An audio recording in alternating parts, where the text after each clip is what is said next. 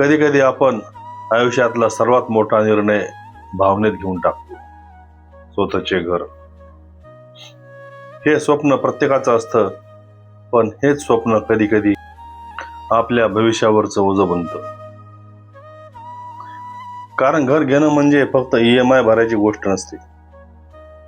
तो निर्णय असतो तुमच्या कॅश फ्लोचा, सेव्हिंगचा, इन्व्हेस्टमेंटचा आणि संपूर्ण लाईफस्टाईलचा.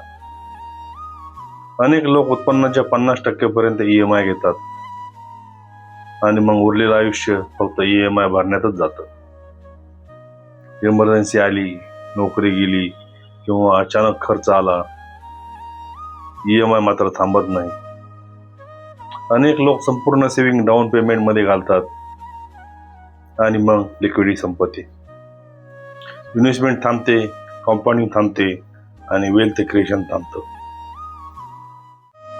आपण समजतो घराची किंमत वाढेल, पण बाजार नेहमी आपल्या अपेक्षेनुसार चालत नाही आणि आपण विसरतो hidden cost, stamp duty, registration, maintenance, property tax, interior. घराची किंमत फक्त बेस प्राइस नसते. म्हणूनच घर घ्या, पण भावनेत नाही, गणित करून.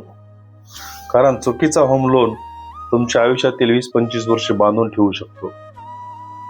आणि लक्षात ठेवा, स्वतःचं घर हे स्वप्न आहे, पण आर्थिक स्वातंत्र्य त्याहून मोठं स्वप्न आहे.